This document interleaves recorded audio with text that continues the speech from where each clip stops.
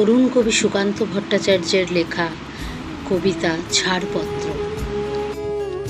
যে শিশু ভূমিষ্ঠ হলো আজ রাত্রে, তার মুখে খবর পেলুম সে পেয়েছে ছাড়পত্র এক। নতুন বিশ্বের দ্বারে তাই ব্যক্ত করে অধিকার, জন্মমাত্র সুতীব্র চিৎকারে। খর্বদেহ নিঃসহায়, তবু তার মুষ্টিবদ্ধ হাত উত্তোলিত উদ্ভাসিত কি এক দুর্বোধ্য প্রতিজ্ঞায়। সে ভাষা বোঝে না কেউ, কেউ হাসে, কেউ করে মৃদু তিরস্কার।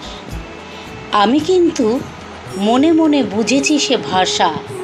পেয়েছি নতুন চিঠি আসন্ন যুগের, পরিচয়পত্র পড়ি ভূমিষ্ঠ শিশুর অস্পষ্ট কুয়াশা ভরা চোখে। এসেছে নতুন শিশু, তাকে ছেড়ে দিতে হবে স্থান। জীর্ণ পৃথিবীতে ব্যর্থ মৃত আর ধ্বংসস্তূপ পিঠে চলে যেতে হবে আমাদের।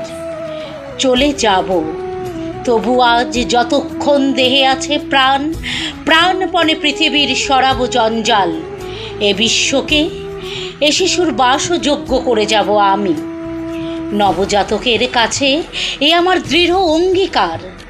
অবশেষে সব কাজ সেরে আমার দেহের রক্তে নতুন শিশুকে করে যাব আশীর্বাদ। তারপর হব ইতিহাস।